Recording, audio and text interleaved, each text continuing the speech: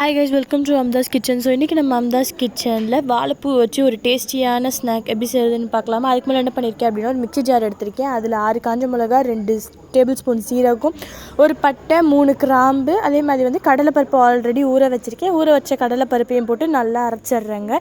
தண்ணி கொஞ்சம் கொஞ்சமாக ஊற்றி அரைக்கிறேன், பிகாஸ் ரொம்ப தண்ணியாக ஆகிடக்கூடாது.